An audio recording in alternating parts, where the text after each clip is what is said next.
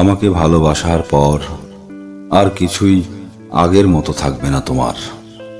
যেমন হিরোশিমার পর আর কিছুই আগের মতো নেই, উত্তর থেকে দক্ষিণ মেরু পর্যন্ত। যেই কলিং বেল বাজেনি তাকেই মুহুর্মুহু শুনবে বজ্রের মতো বেজে উঠতে, এবং থর থর করে উঠবে দরজা জানালা আর তোমার হৃৎপিণ্ড। পর মুহূর্তেই তোমার ঝনঝন করে ওঠা এলোমেলো রক্ত ঠান্ডা হয়ে যাবে, যেমন ৭১ দরজায় বুটের অদ্ভুত শব্দে নিথর স্তব্ধ হয়ে যেত ঢাকা শহরের জনগণ। আমাকে ভালোবাসার পর আর কিছুই আগের মতো থাকবে না তোমার। রাস্তায় নেমেই দেখবে বিপরীত দিক থেকে আসা প্রতিটি রিকশায় ছুটে আসছি আমি, আর তোমাকে পেরিয়ে চলে যাচ্ছি এদিকে সেদিকে।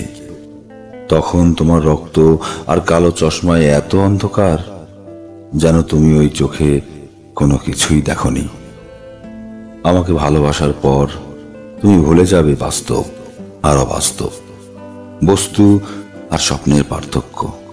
সিঁড়ি ভেবে পা রাখবে স্বপ্নের চূড়োতে, ঘাস ভেবে দুপা ছড়িয়ে বসবে অবাস্তবে।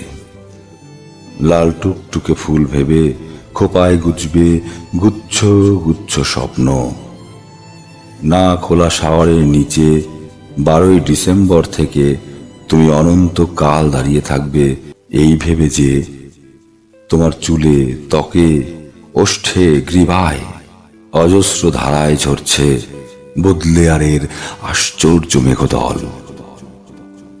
তোমার যে ঠোঁটে চুমু খেয়েছিল উদ্যম পরায়ণ এক প্রাক্তন প্রেমিক, আমাকে ভালোবাসার পর সেই নষ্ট ঠোঁট খসে পড়ে সেখানে ফুটবে এক অনিন্দ্য গোলাপ। আমাকে ভালোবাসার পর আর কিছুই আগের মতো থাকবে না তোমার।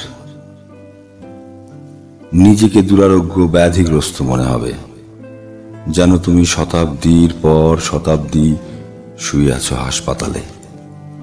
পর মুহূর্তেই মনে হবে মানুষের ইতিহাসে একমাত্র তুমি সুস্থ, অন্যেরা ভীষণ অসুস্থ।